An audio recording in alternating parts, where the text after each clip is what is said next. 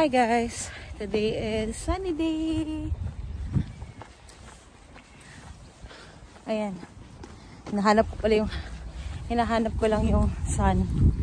So maglalakad ako today guys kasi it's been a whole week na nasa loob ako ng bahay kasi nga hindi medyo maulan, talagang maulan. Kaya maglalakad tayo. Let's do this.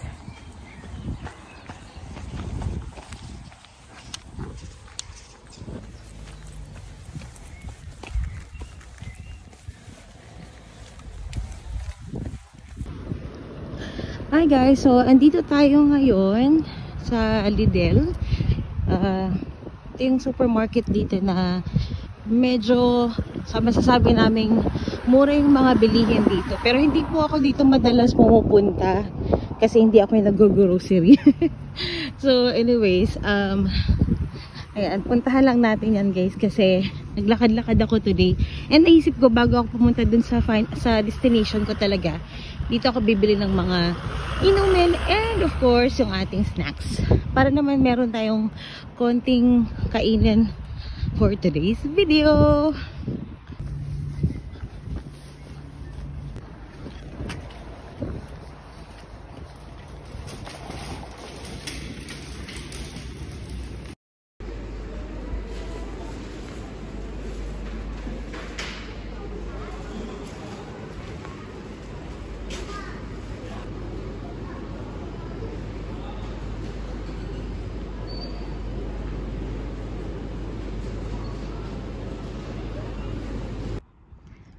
Hi guys, andito na naman tayo ngayon sa Hendon Port. So kanina kasi hindi ko maisip kung saan ako pupunta o maglalakad-lakad, pero sabi ko nga mas masarap kasi yung hangin galing sa dagat. So parang kaya naisip ko na bumalik ulit dito kasi hindi maganda yung panahon guys. O tingnan nyo, sobrang ganda ng panahon.